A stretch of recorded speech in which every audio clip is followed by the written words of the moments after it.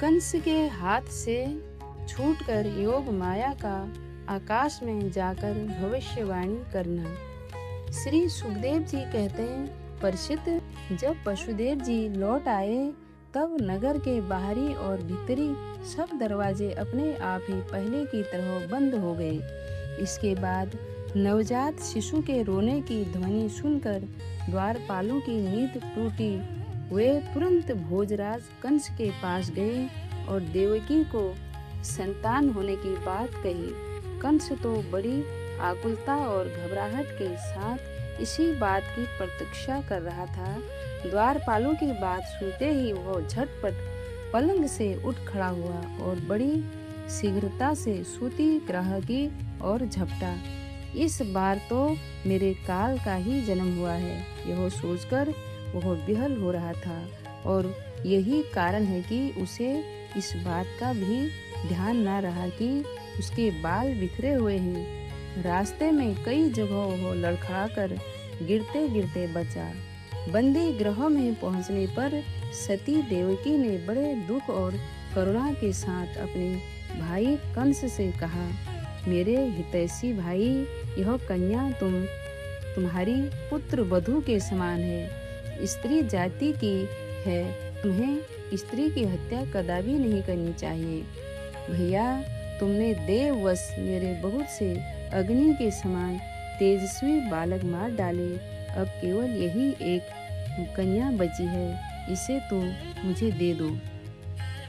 अवश्य ही मैं तुम्हारी छोटी बहन हूँ। मेरे बहुत से बच्चे मर गए हैं, इसलिए मैं अत्यंत दीन हूँ। मेरे प्यारे और समर्थ भाई, तुम मुझ मंदभागिनी को यह अंतिम संतान अवश्य दे दो। श्री सुखदेव जी कहते हैं, परीक्षित, कन्या को अपनी गोद में छिपाकर देवकी जी ने अत्यंत दीनता के साथ रोते रोते याचना की, परंतु कंस बड़ा दुष्ट था। उसने देवकी जी को झिड़क कर उनके हाथ से वह कन्या छीन ली। अपनी उस नन्ही सी नवजात भांजी के पैर पकड़कर कंस ने उसे बड़े जोर से एक चट्टान पर दे मारा।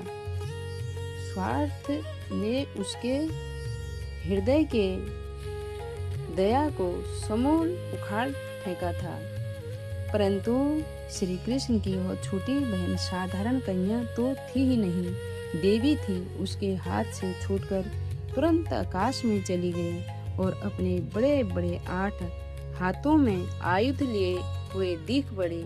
वह दिव्य माला, वस्त्र, चंदन और मणिमय आभूषणों से विभूषित थी। उसके हाथों में धनुष, त्रिशूल, बाण, ढाल, तलवार, शंख, चक्र और गदा, ये 8 आयुध थे। सिद्ध, चारण, गंधर्व, अप्सरा, किन्नर और नागगण बहुत सी भेंट की सामग्री समर्पित करके उसकी स्तुति कर रहे थे।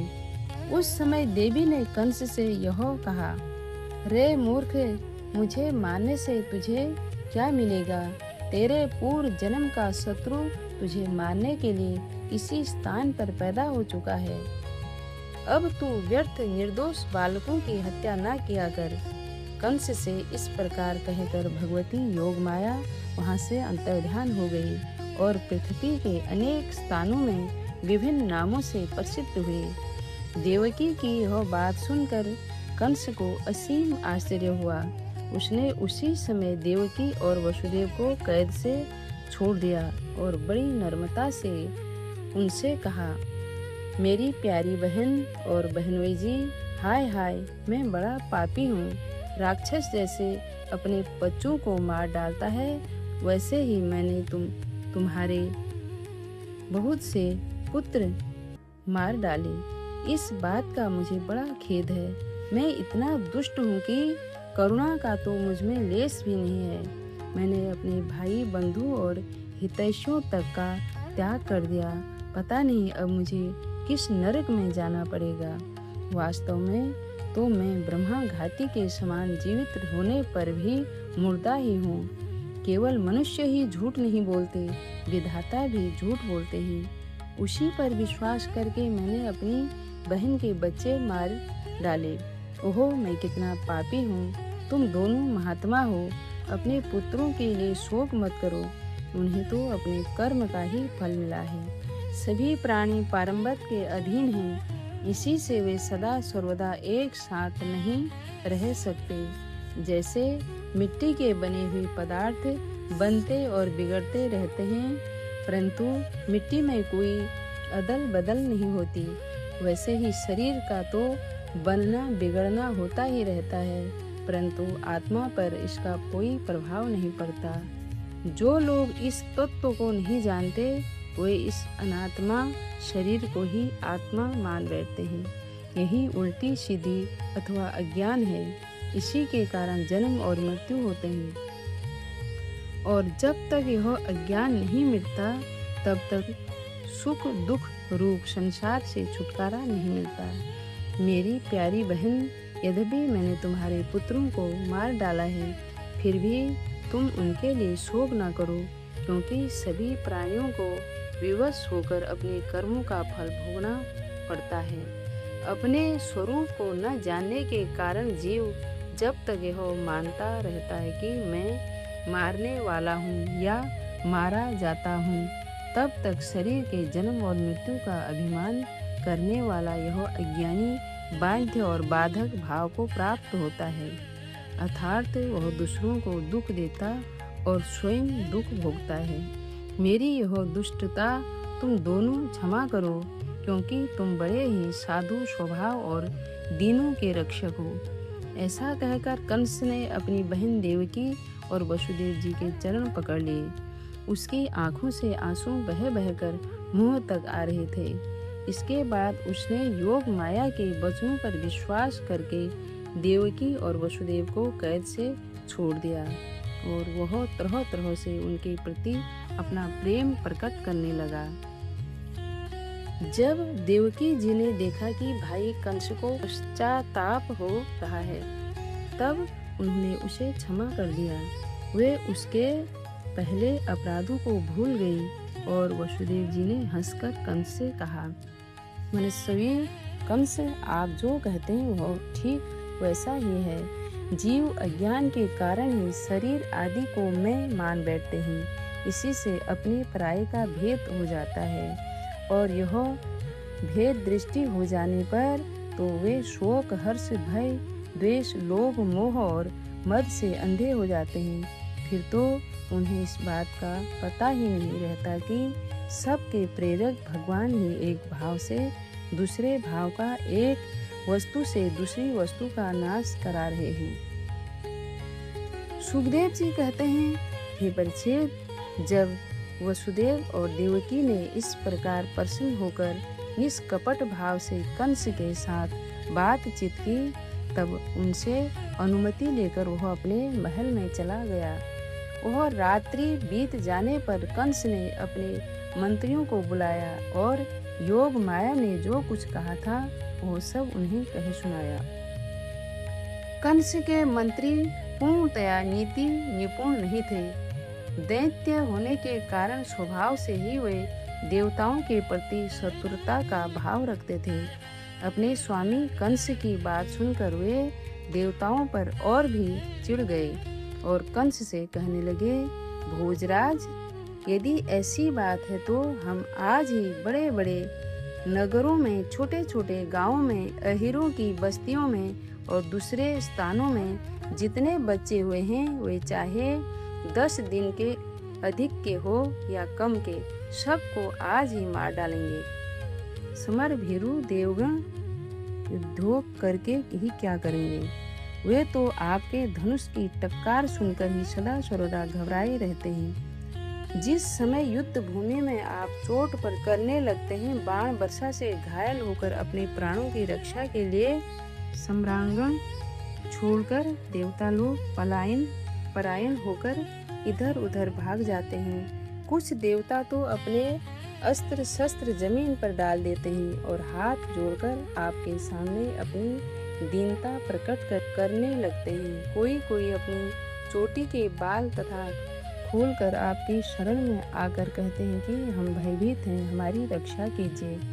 आप उन शत्रुओं को नहीं मारते जो अस्त्र शस्त्र भूल गए हो, जिनका रथ टूट गया हो, जो डर गए हो, जो लोग युद्ध छोड़कर अनन्य मनस्क हो गए हो, जिनका धनुष टूट गया हो या जिन्होंने युद्ध से अपना मुख मोड़ लिया हो, उन्हें भी आप नहीं मारते। देवता तो बस वही वीर बनते हैं जहाँ कोई लड़ाई झगड़ा न हो। रणभूमि के बाहर वे बड़ी बड़ी डिंग हाँकते हैं। उनसे तथा एकांतवासी विष्णु, वनवासी शंकर, अल्पवीर इंद्र और तपस्वी ब्रह्मा से भी हमें क्या भय हो सकता है। फिर भी देवताओं की उपेक्षा नहीं करनी चाहिए, ऐसी हमारी राय है, क्योंकि है तो वे शत्रु ही, इसलिए उनकी जड़ उखाड़ फेंकने के लिए आप हम जैसे विश्वास पात्र सेवकों को नियुक्त कर दीजिए।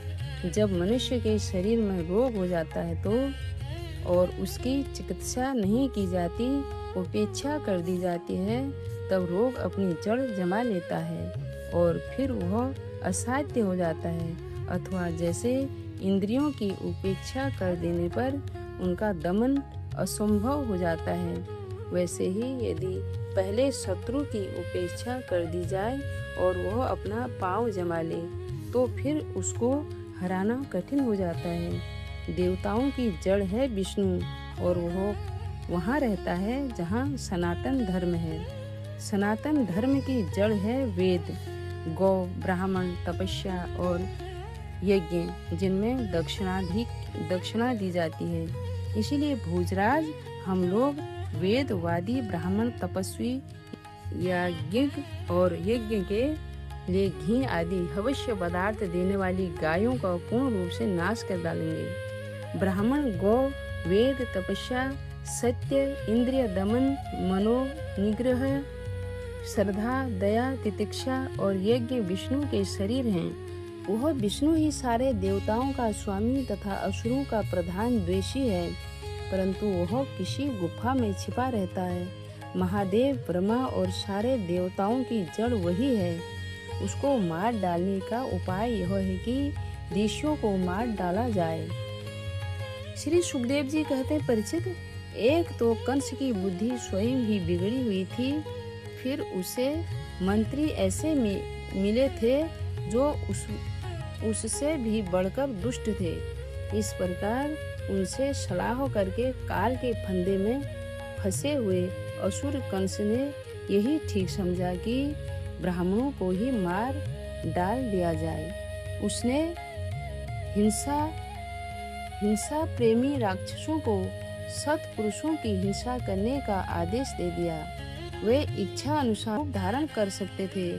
जब वे इधर उधर चले गए तब कंस ने अपने महल में प्रवेश किया।